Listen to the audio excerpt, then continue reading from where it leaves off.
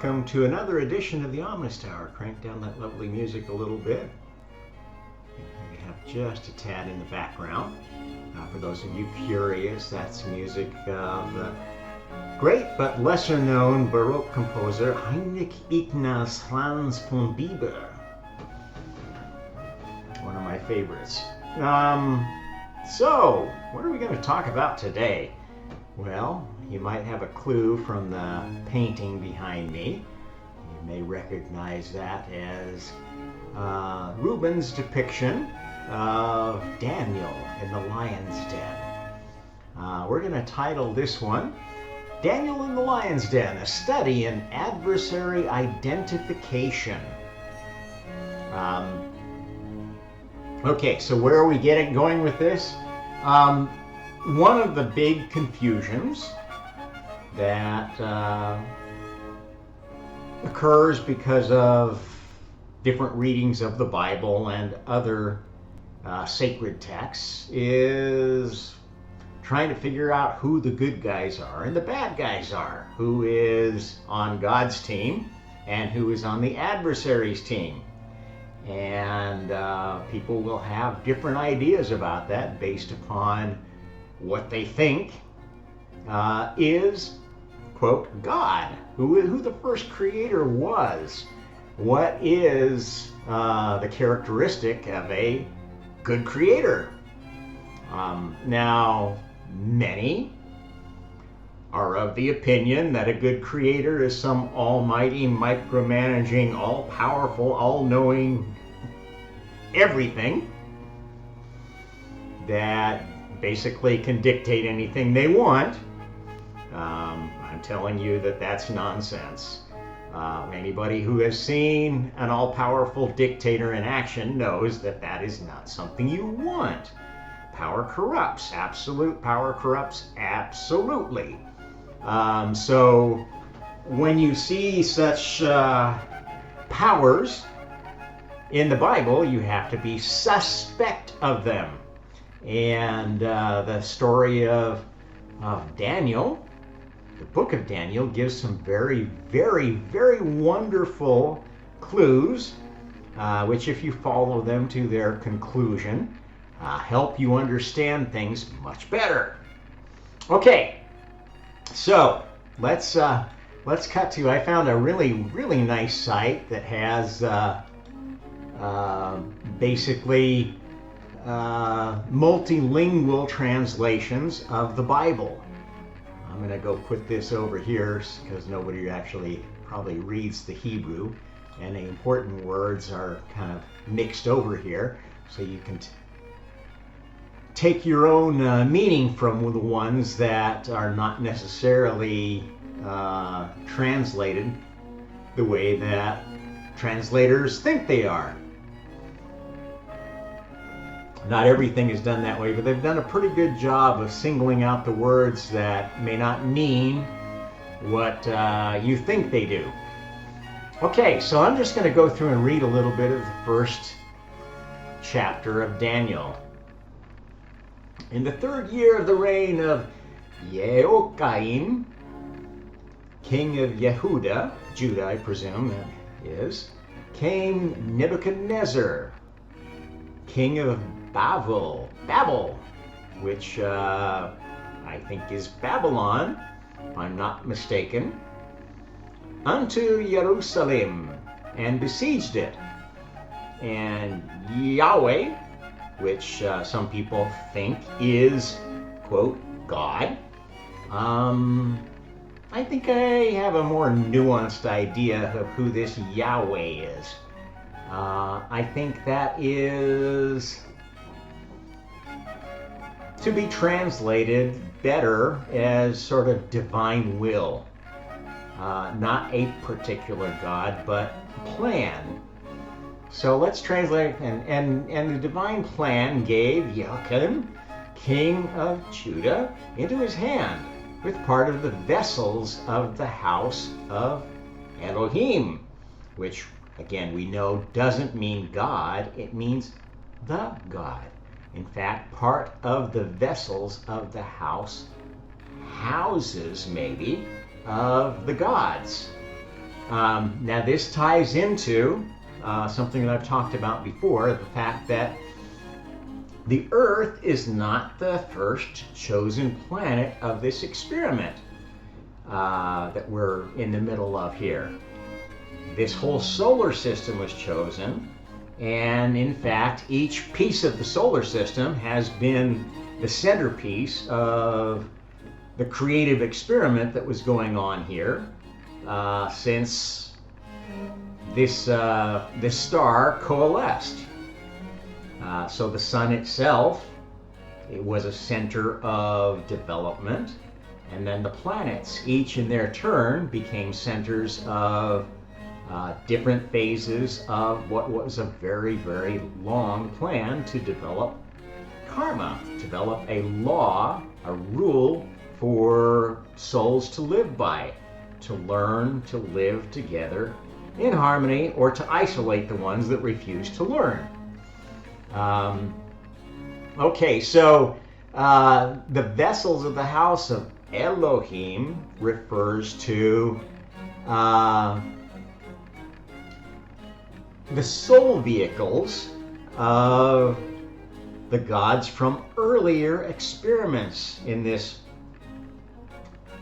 solar system plan. In fact, the last planet that was sort of chosen before the Earth was Earth's predecessor, a planet that existed roughly in the orbit where the asteroid belt is now, and whose destruction paved the way for the creation of the Earth about 4.5 billion years ago.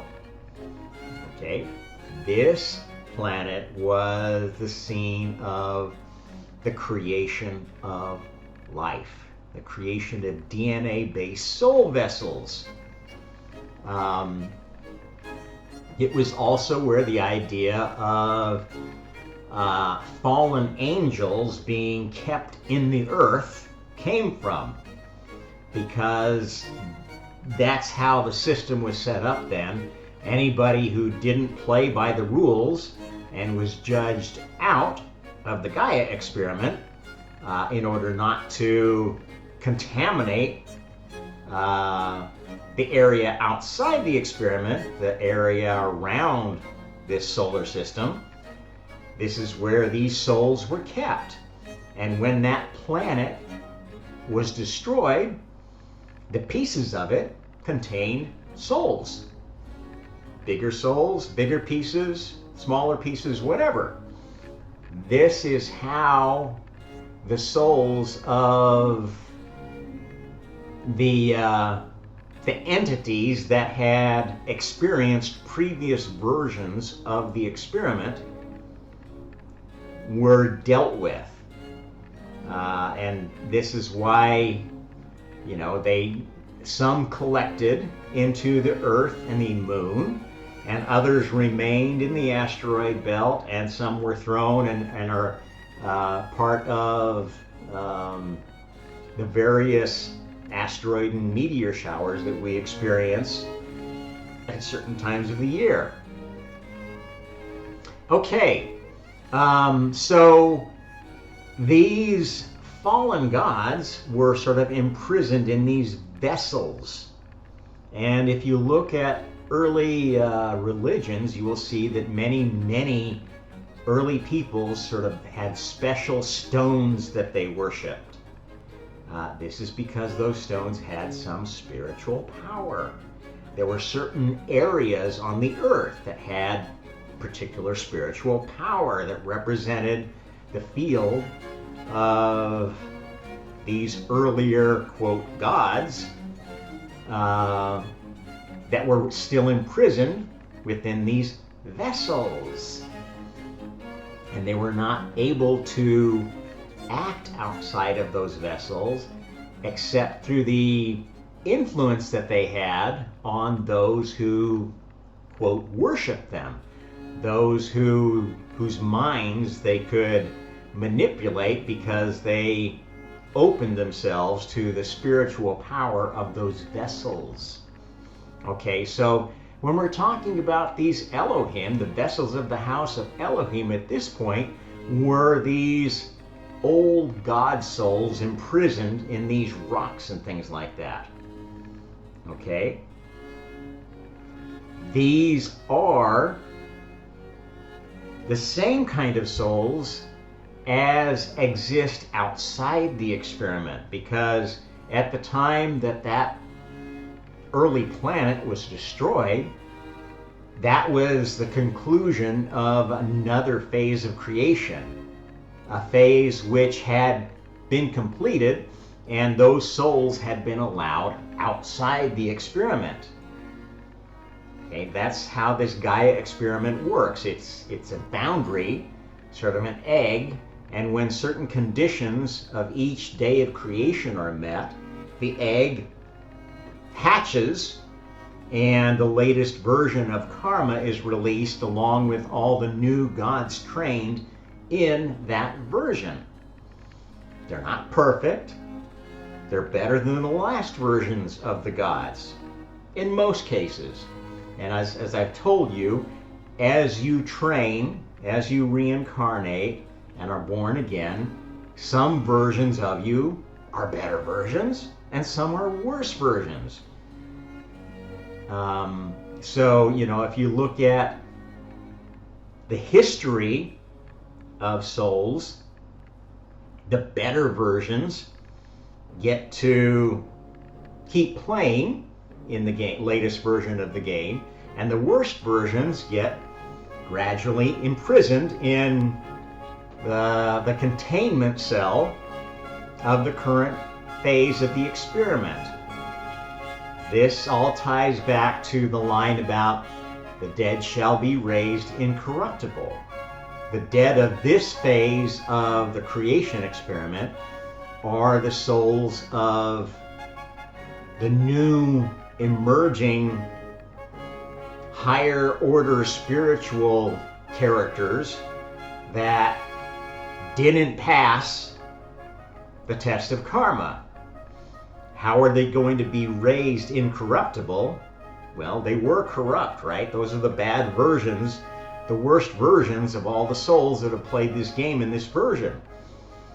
The way that they get raised incorruptible, as I've been talking about, is they get judged and they will get either sent to another universe to play their next incarnation game outside of this universe of testing, or they will, you know, they will get to sense to what their idea, their character's idea of heaven or hell is, basically, depending on, you know, how they got corrupted. So they won't be here getting in everybody's way. They may get sent to a universe which will recycle them and send them back in another form where they're less dangerous, or they may get sent back as the minions of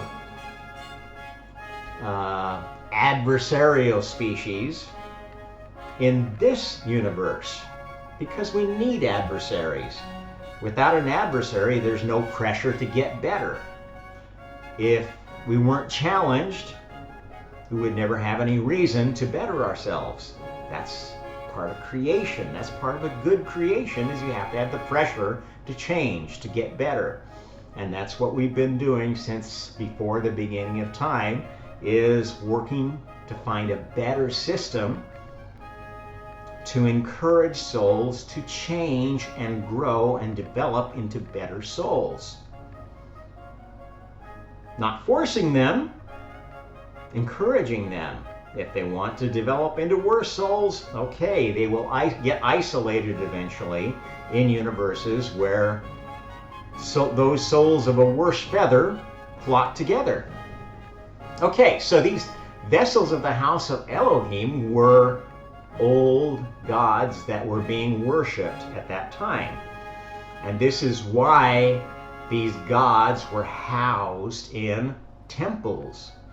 That's why they gathered stones into Stonehenges. That's why the particular arrangement of Göbekli Tepe was done.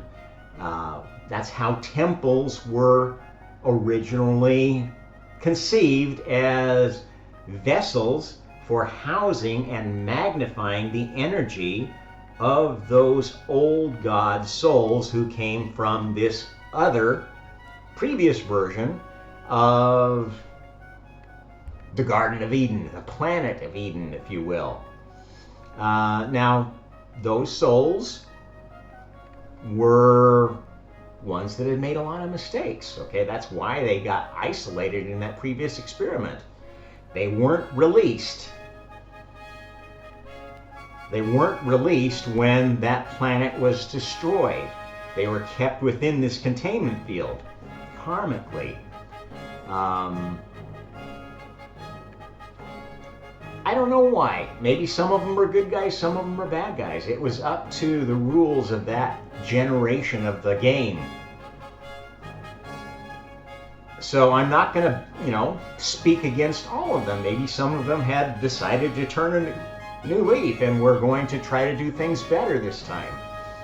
But at any rate, these houses of Elohim were basically where these various peoples would store the vessel of these old gods, which they could access and use to obtain powers.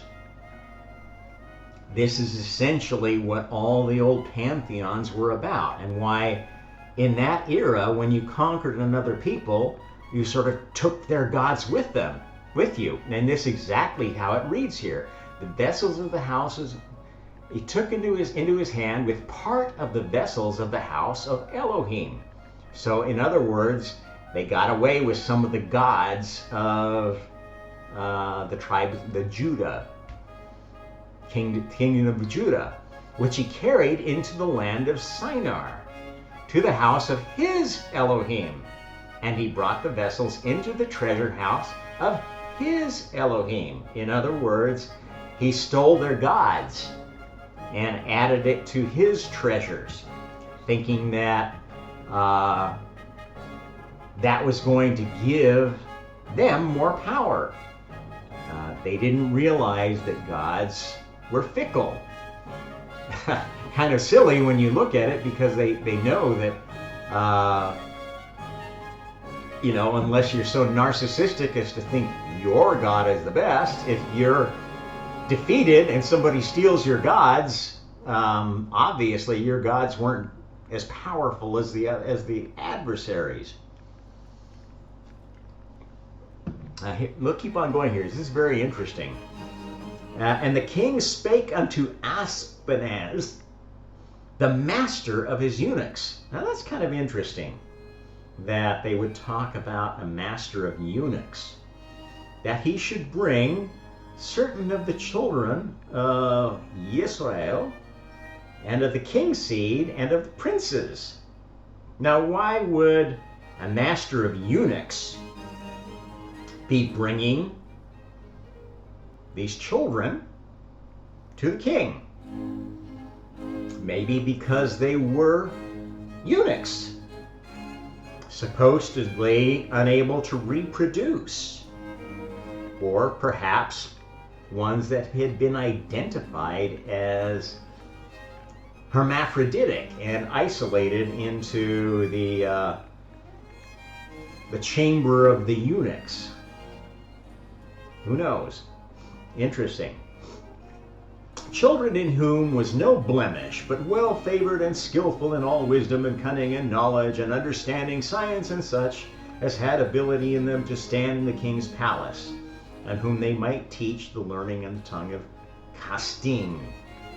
This is interesting. So basically, this seems to indicate that the most talented, knowledgeable, and whatever children from the king's seed, of the children of Israel, and of the princes, basically anybody who showed a lot of ability, was apparently turned over to the master of eunuchs. Perhaps so that they would be castrated or neutered, such that they could not become a rival to the king and the king's progeny.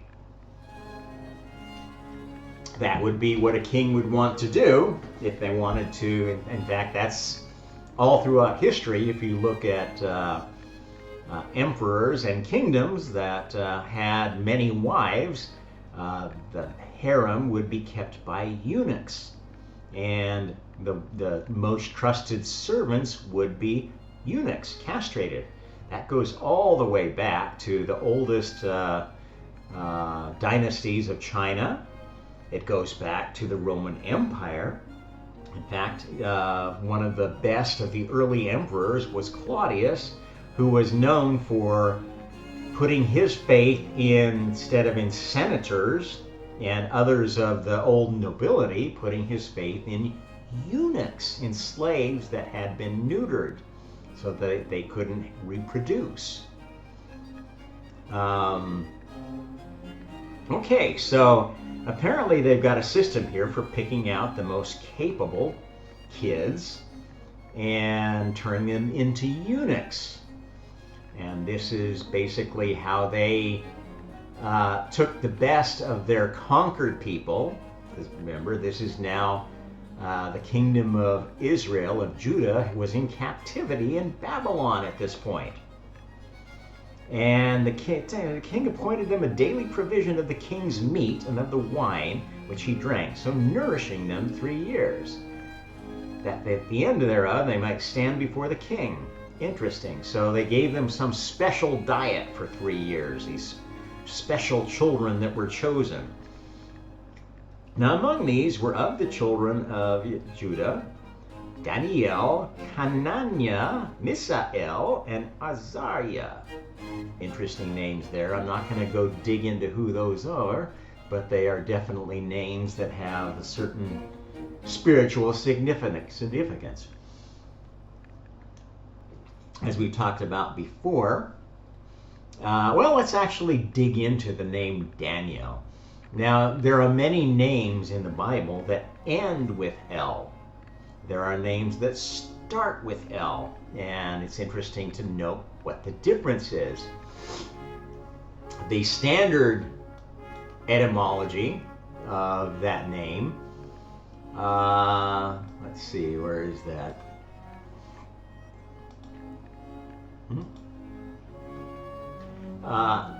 The standard translation says Daniel means God is my judge. Well, that's a judgment, which doesn't, the root, din, means to judge, and the L meaning supposedly God, but as we know, there are many L's, not just one. And to judge the gods would be a better one way to translate that, or the judge of the gods.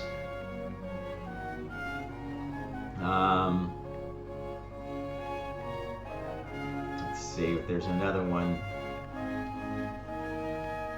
So Daniel might be actually the judge of the gods. Now, if we know Dan also is one of the 12 tribes, interestingly enough. And before we delve into some of the other Dans, let's take a look back at this and go to the next section.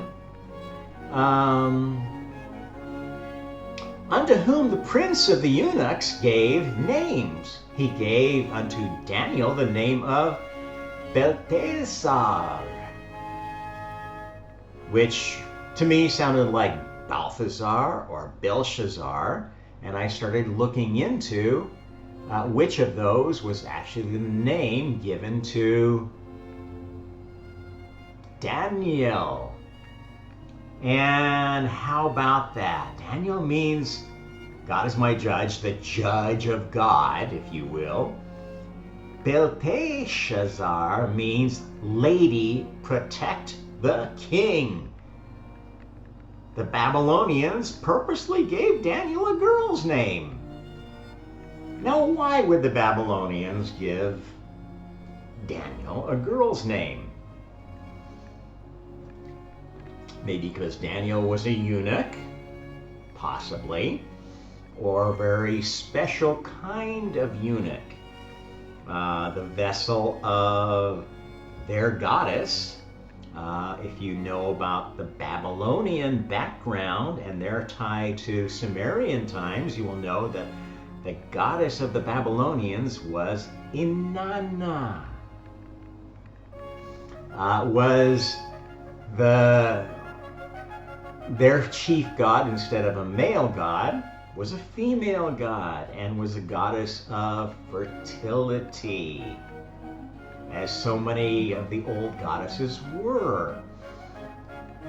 In fact, if you look at the origin of the so-called tribe of Dan, you will note that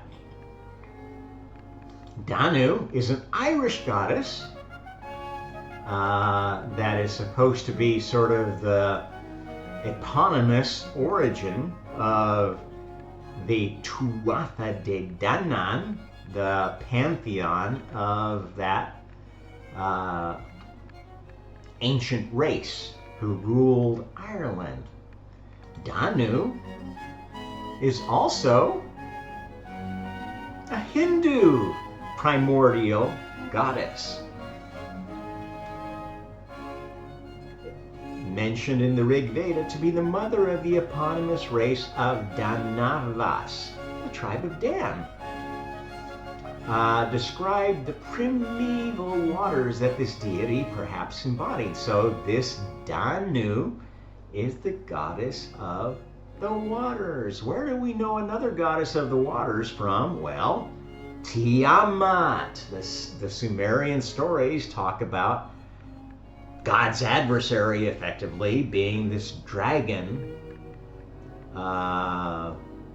goddess of the corrupted waters, if you will, and creation being sort of a battle between the clean water and the corrupted water, which fits quite well, I think, with the adversarial idea. So the tribe of Dan is kind of an interesting one. Dan is female, or hermaphroditic, or basically eunuch, sexless,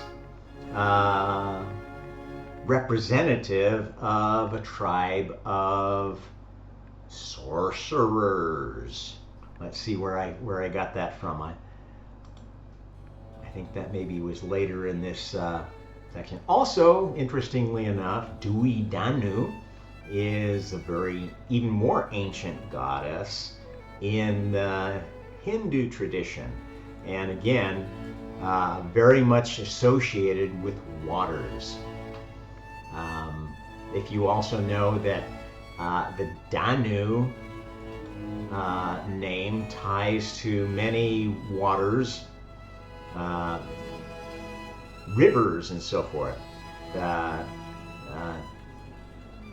The Danube is thought to be related to the Danu, as well as, let's see, the Don, Danube, Dnieper, Dniester, basically all the major rivers of Central Asia tie to this ancient river primordial goddess, the goddess of waters. And now, how does that tie in with the adversary? Well, it's this Tiamat reference. And here's where I need to maybe back up a little bit. Talk about how this Messiah game works. Okay, basically, the game that we've been playing in creation since the destruction of that earlier planet, scientists have actually named that planet Thea, interestingly enough. Actually, that ties back to the name Tia and the connection between these names. The D and the T are very closely related, and etymologically. So Tiamat is just as easily could be Diamat. The TH sound is very, very closely related to the D sound in Indo-European languages. In fact, they're almost indistinguishable in many cases. So Thea, goddess, mother, which tells you who this primordial goddess in the Sumerian tradition, creation myth was. It is not the good guy. It's the bad guy that's trying to stop creation, trying to destroy creation.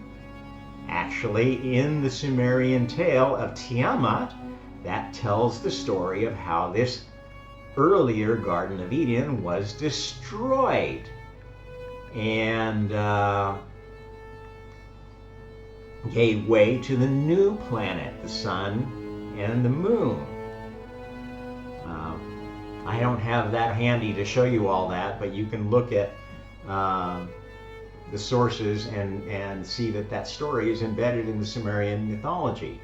And in fact, that's, if you look at it, you read the Sumerian creation story from a planetary viewpoint, you will see that the Sumerians were very well aware of this creation story of our solar system, including the destruction of that planet and then the reforming of it into the Earth and the Moon. Okay, so this is all part of the destruction, and what was going on there is basically a shift from what was in that old planet a very active creation where God was very heavily involved in everything. He was kind of the leader of the gods. That's the oldest version of things, to basically God and karma being part of the experiment, giving up their powers, giving up their knowledge, and actually participating in reincarnation themselves. And this is the story that you see in the Hindu Vedas of incarnations of the old gods in human form. Now, what the Hindus failed to note is that they viewed their Brahma as being some extra original god that never incarnated. And they viewed karma as kind of a force and not anything that was ever embodied. Well, that's not the way it is. Everything has a soul. If it wants to have any activity in creation, it has to participate in the latest creative experiment. And in fact, Brahma, this all-one force of the Hindu and Buddhist tradition, is the Brahma bull. The bull that was the last non-human incarnation of God.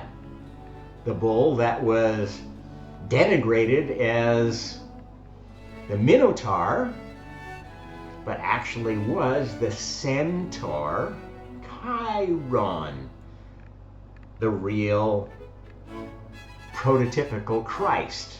That's where the Cairo Christogram came from. So you see, there's a lot of stuff here that has been hidden and turned about. And there's huge evidence of that in this book of Daniel, because this is where you see the influence of this Babylonian religion creeping into Persians, the conquerors of Babylon, and creeping into the people that were taken from the conquest of those Persians or their predecessors, the Assyrians, to Babylon, and how those people were corrupted and turned into servants of this dark goddess, if you will.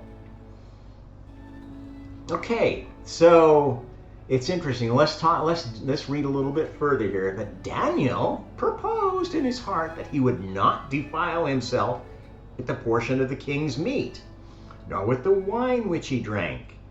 Therefore he requested of the prince of the eunuchs that he might not defile himself. Now, why would it be defiling himself to eat of the king's meat and wine for 3 years like the others that were selected as having special abilities?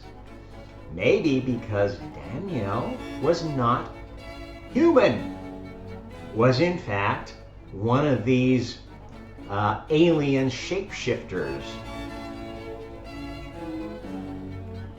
that masqueraded as humans in service of a hive mind, the Borg. This is what was going on there. This is how the adversary has corrupted chosen species, chosen people. And again, the adversary, this Borg species, has no sex. They can appear as women or men, except for they can't reproduce. So hiding as a eunuch is a pretty good way to go about. And explain the fact that you can't reproduce, and apparently they don't eat normal food, claiming that they would be defiled by eating that food. Interesting. Now, the Elohim, the gods, had brought Daniel into favor and tender love with the prince of the eunuchs. So these imprisoned spirits, which I told you were not necessarily on the side of humanity, they were kind of working, using their mind games to manipulate and control humans, maybe still working for the adversary.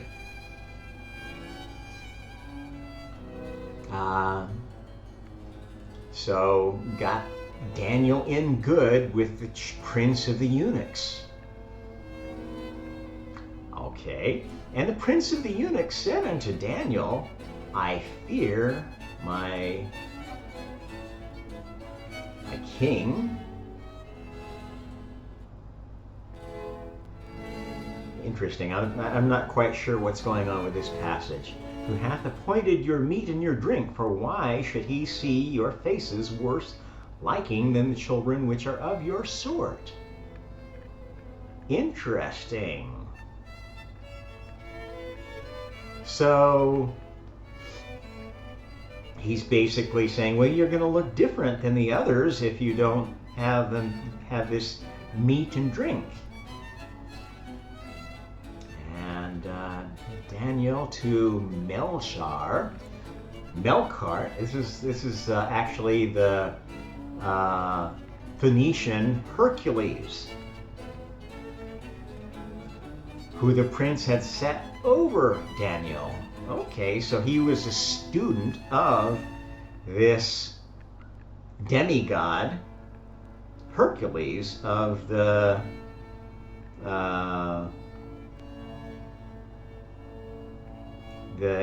pre-existing Canaanite Phoenician religion. Prove thy servants, I beseech ye, 10 days, and let them give us pulse to eat and water to drink. So instead of meat, pulse would be like ground up chickpeas, like hummus and water. Then let our countenances be looked upon before thee, and the countenance of the children that eat of the portion of the king's meat, and as thou seest, deal with thy servants. Okay, so apparently what seems to be going on here is some sort of avoidance of a ritual to put these spirits under the king's control. They don't want to eat the king's meat or wine for fear of being bound to the king's will. This ties very closely and brings to mind many of the stories of the Arabian Nights in the Islamic tradition.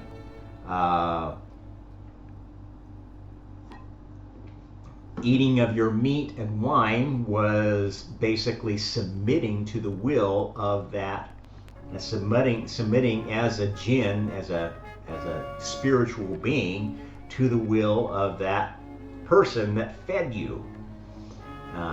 This is kind of maybe this is based on an old version of karma, of how you got a higher order spiritual creature, a demon, to serve you. So this sounds like, Daniel is what I would call a demon identified as a power, a creature of power and ability. A demon that the king is trying to get to serve them. Hardly the hero that Daniel is painted as in the traditional telling of this story. Let's see. Melchizedek took away the portion of their meat and the wine they should drink and gave them pulse. Okay, so no meat and wine for you. You just get beans. You get to be a vegetarian. Interesting linkage there with some of the modern day folks that think that they can be more holy, more powerful if they don't eat meat. Still some vestiges of this going on now. As for these 4 children, the gods gave them knowledge and skill in all learning and wisdom. And Daniel had understanding in all visions and dreams. So this is basically giving Daniel more power, for that he figured out a way to avoid putting himself into the power of the king, and could serve these spirits, these Elohim that were stuck in their vessels.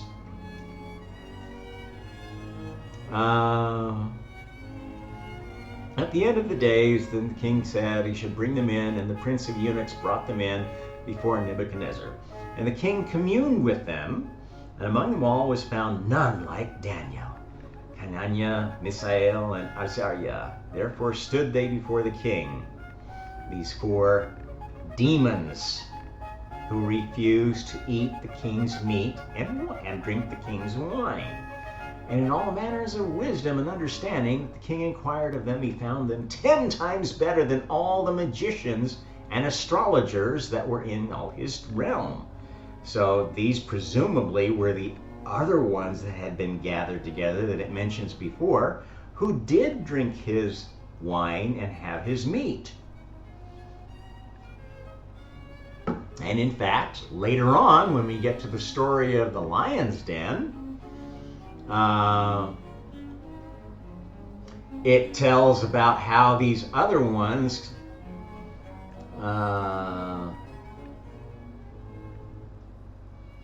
let's see.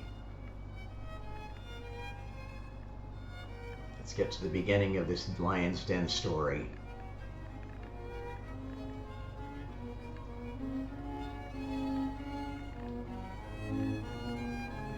I'm just going to paraphrase what I read here. So basically, these others who wanted to influence the king and be their advisors spoke bad against Daniel and said, well, you should put him in a lion's den. If he's got so much, if he's so wonderful, then he will be able to survive in this den of lions. And the story was, yeah, he tamed the lions in the lion's den, and then the king put all the others who had accused Daniel of being an evil sorcerer or a bad influence on the king, and put them in the den. Now, thinking about this and the ability to tame beasts, this is mind control. This is a form of sorcery. Okay, so while the traditional view of Daniel and the lion's den is Daniel pray to God, and God tames these lions and makes them not eat Daniel. The story reads much more like Daniel exerted some power over these lions and controlled their minds and kept them away from him, empowered by the Elohim, who favored Daniel because he didn't take the king's meat and wine. Now, interestingly enough, if you think about meat and wine as communion, basically what Daniel and the other three, the other three aren't mentioned after this point. Daniel comes out on top. Maybe he overcomes the other three who are favored of other of the old gods and emerges on top. Why? Because Dani is the favorite of Danu. Maybe the incarnation of this primordial goddess, now in male form, because this primordial goddess was from the time before sex. That's why the adversary of our species, as the final chosen species, hates us, because their chosen species was sexless. And they don't like species that have sex, because all the chosen species since sex was invented have been sexual species. It's an important part of solving the puzzle. Getting to the finish line has to heal this division that's happened because God and karma have taken turns presiding over the experiment. You've got to have somebody watching the experiment while the other is participating. That's why God and karma have alternately been participating in the experiment. Karma to develop a better version of herself, while God is watching over the experiment, and God to see if this better version of karma will result in a better version of God. After karma feels like, okay, I've woken up to a better version of myself. And karma's purpose is to provide, again, as I've been telling you, this force that helps souls figure out where they belong in the multiverse. Okay, so it's a cyclical thing, but it's got a purpose. Where the Hindus and Buddhists got lost is they're stuck in the cycle and they think that it's never going to end. Male, female, blah, blah, back and forth, it's endless, and they see karma as something that you want to escape from, that you don't like. You don't want any more of the karma because I don't want to be reborn again. That's silly, that's nonsense. The whole point of the game is to be reborn. That's the only way you learn and grow and experience. And when you stop learning and growing and experiencing things, you stagnate. And their whole idea of nirvana is a place of stagnation. It's the adversary's place where you go if you you don't have any real use to the multiverse anymore. You're not learning or growing or becoming anything more than you could be. And I think this is a good point to finish up just by reviewing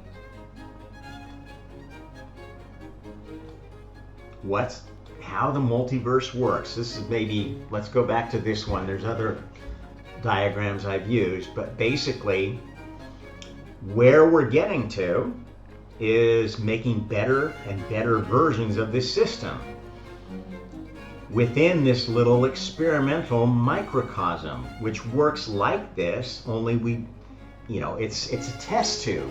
So instead of souls, when they advance to a God level, having their own universe yet, they're kind of kept under wraps. Both the good souls and the bad souls that advance to a God level, they don't get to come out, if you will, until this egg hatches. And until then, they're kind of stuck working as a vessel that has some spiritual power. And this is why we're aware of demons being embodied in objects, but also the good guys can be embodied in objects. So this is why a particular relic of a saint might have some spiritual power.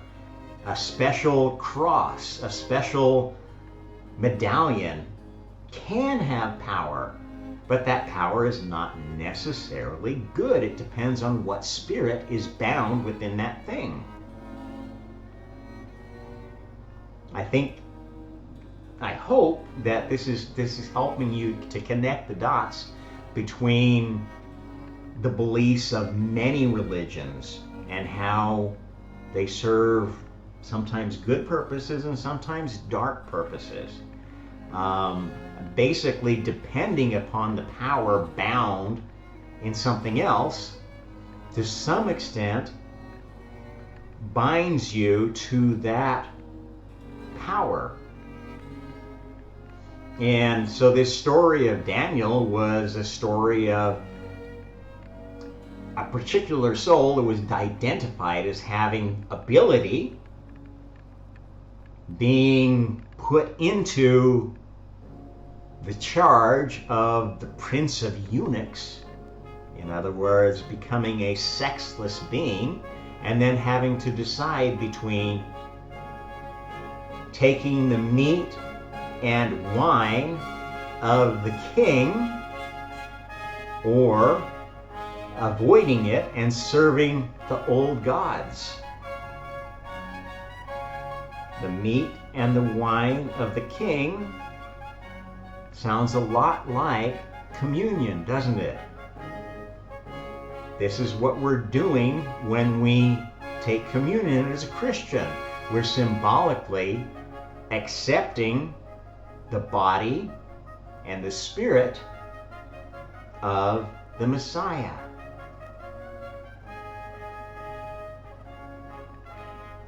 Basically, accepting a new covenant with God. That's what you're essentially doing with communion, is saying that when God finally wakes up, I'm going to be on that team.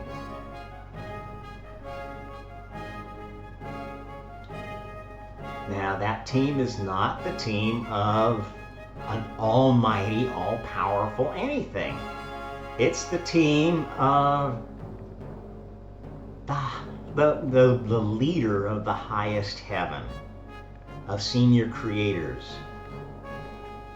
It's not Lucifer. Lucifer's got his own universe of testing. This physical universe is one of testing to see if you deserve to be participating in this highest heaven, if you deserve to have your own creative universe, or if you deserve to go get sucked into a hive mind matrix universe like Lilith presides over, or if after so many incarnations and so many trials, you just don't have any useful purpose and you get turned over to Borg, the ultimate adversary that basically recycles souls and spits them out where they're needed, where they can just run on a program.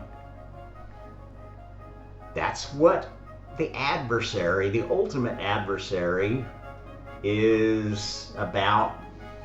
Okay, eventually if you want to check out of this game, if you don't want to play anymore, if you don't want to learn and grow and develop, fine. Come to board. Come be part of our Source One, and we will send you somewhere, somewhen, where you can just follow the rules and check out of creation. And they give you plenty of chances. You get a chance to be part of these hive mind universes where, you kind of the land of the lotus eaters, where you see what they want you to see, you do what they want you to do until you resist. This is what the movie The Matrix is all about, is resisting a programmed existence that's not serving you. I don't want to be here. How do you not be here? You choose to check out, because it's all a virtual reality. At any time, you can check out of the universe you're in and check into another one. But you got to know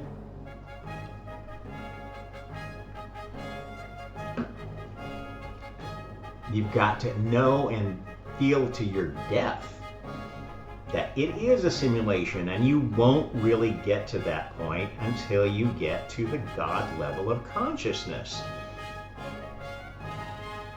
Till you get to where oh, I've got my own universe of creation, and I understand how it plays with the other universes, and I know exactly what I can and can't do to maintain my universe. And some of the souls who have their own universe, they don't want to connect with anybody else.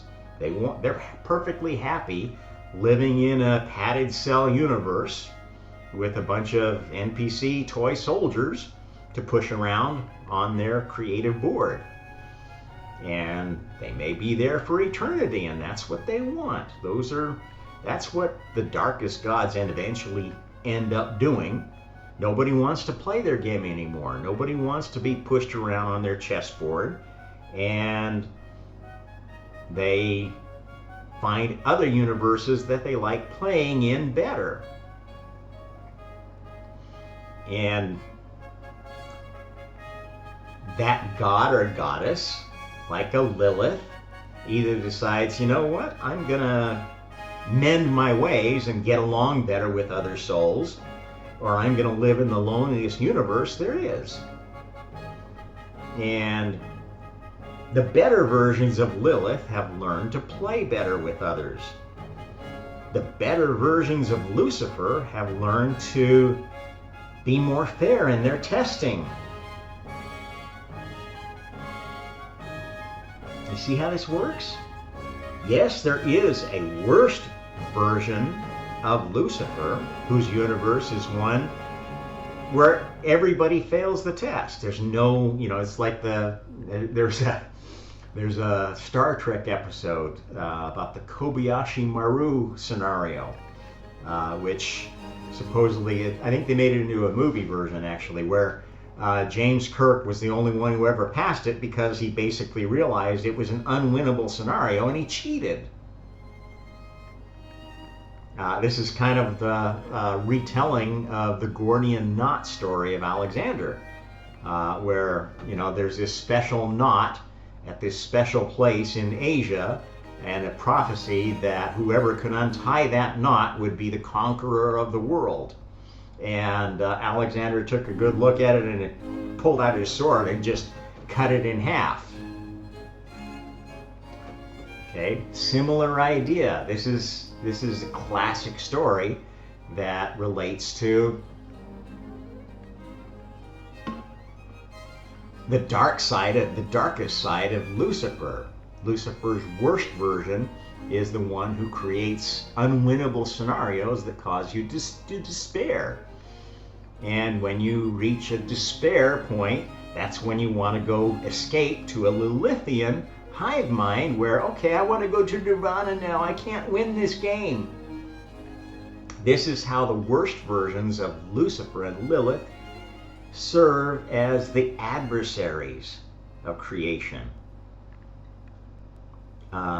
You don't want to get messed up with those worst versions of these primordial entities, because you'll eventually become so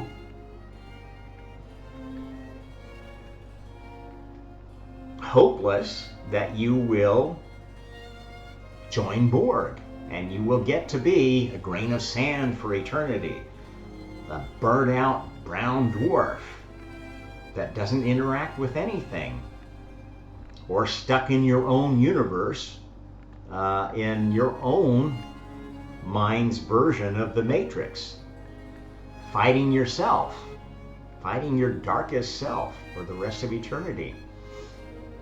That's not a very fun game to play. You want to develop into your best version that enjoys playing this game, that understands what's going on here, that doesn't try to cheat, doesn't turn over their power, their individual soul's power, to another for benefit in one incarnation. That's essentially the challenge that Daniel had, and Daniel wasn't really given a choice, right? You either take the king's meat and wine and serve the king, or you remain, you don't get to have any power, or you turn yourself over to these Elohim, these spirits that are in the vessels that people worship as gods, and you let them give you their power so that you can be the king's favorite. It's kind of a Kobayashi Maru scenario for Daniel. And I'm not sure how the story all ends. Does it talk about how Daniel dies? That'd be something for another day. I'm not going to do it real time, but how that story ends could be a very good clue as to what was really going on from the standpoint of this game that we're playing. The soul that Daniel was incarnated in human form, not really understanding who these Elohim were or what was going on with the king's power. And the king obviously saw himself as a Messiah, as a prototypical Christ, who, if you took his blood and his wine, his meat and his wine, you would be in his power, one of his minions. This is an old story. I think the lion figures into that too, as the lion being the king of beasts. It's interesting that most of the pictures are drawn with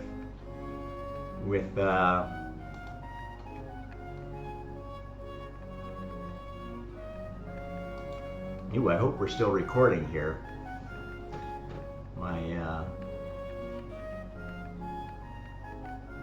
thing stopped playing one of the sections because it said it didn't have the right codec. But you notice he's depicted in a den of lions, but I think in the text I think there was only one lion there, and that lion, being the king of beasts, might have been the spirit of the real God in his incarnation as a lion creature. And if you understand the signs of the zodiac do correspond to different species that each in turn were kind of looking over this Gaia experiment from the outside. And they are why we have in the Egyptian tradition the therianthropic gods, half animal, half human, or a mixture of animals and human. This is something that happened as life developed. The different DNAs that developed were mixed, trying to make a species that would be the next chosen one. And that is the story of humanity. This is how we ended up as Homo sapiens, from being originally the hominids of this planet. All of these other sources of DNA were mixed up. That's why we have all this stuff that they tried to call junk DNA in our genome. It's not junk. It's pieces of other DNA that was added together into our genome to make us adaptable enough to be a chosen species and to do eventually what we need to do after our phase of the experiment is done. And that phase will be done when the real Messiah wakes up, an incarnation of God in human form, with the latest genetic content that is like, okay, this version of human DNA is the one that we are going to use going forward. Has to have just the right combination, has to pass all the tests, has to attract the soul of karma, then the soul of God, and fully wake up to what's going on in this. Say, yep, looks like the pie is good enough. Let's end this experiment. That's the time we are in now. It has happened. It's done. All that remains is cleanup. And the cleanup can be very messy. There's still a lot of also-ran souls around who didn't get to be Messiah, but they still want to be in the next round of the game. They're maybe just now realizing that they didn't understand the game well enough and they lost. That these special bloodlines that they've been tracking for so long weren't so special as they thought they were. They didn't know how the game was set up. They didn't know how Messiah bloodlines work. They thought it just took the right female line and the right male line and mix them all up. And this is what the elite families of humanity have been doing for centuries and centuries and centuries. This is how kings like Nebuchadnezzar, that's an Assyrian king, by the way, not the later Persian that dynasty that set them free from Babylon. That's an interesting story in and of itself, that the return from captivity, they say, was Hebrews, but actually it looks like some of the key ones that would have been preferred were actually from the tribe of Dan. In fact, the tribe of Dan has been a huge part of this experiment, has been chosen many times. And the Danites clearly were a large part of many stories. We didn't mention Danae. Now, this is an interesting one. I think I'm going to do this before we wrap up. In the Greek mythology, this character Danae was the one that supposedly got it together with Zeus, who came in a shower of gold. So again, it's tied to this idea of water. And Danae is, of the lineage of Poseidon, through some complicated connection. and produce the hero Perseus, who's the one who supposedly slayed the Medusa. So there's some interesting stuff going on here. I haven't dug into this enough to show you anything more than the connection through to Danae.